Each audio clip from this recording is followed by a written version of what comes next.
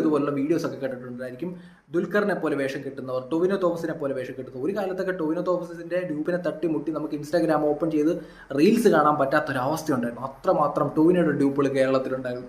പൃഥ്വിരാജിന്റെ ഡ്യൂപ്പ്, അങ്ങനെ പലരുടെയും, നിവിൻ പോളിയുടെ ഡ്യൂപ്പ്.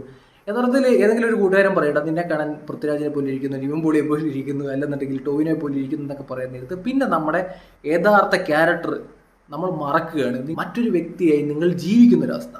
ടൊവിനെ പോലെ മുടി വെട്ടുന്നു, ടൊവിനെ പോലെ കണ്ണാടി വെക്കുന്നു, ടൊവിനെ പോലെ നടക്കുന്നു.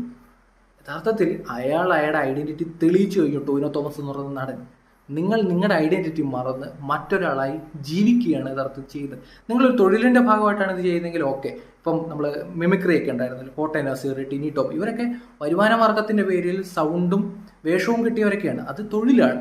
അതങ്ങനെയാണെങ്കിൽ ഓക്കെ. അതല്ലെന്നുണ്ടെങ്കിൽ അത്യാവശ്യം ഭയങ്കര കോമഡിയാണ് ഈ സാധനം. കുറച്ച് ആളുകൾക്ക് മുമ്പ് കേരളത്തിൽ പലരും ഏറിപ്പോയിട്ടുണ്ടായിരുന്നു. പൃഥ്വിരാജ്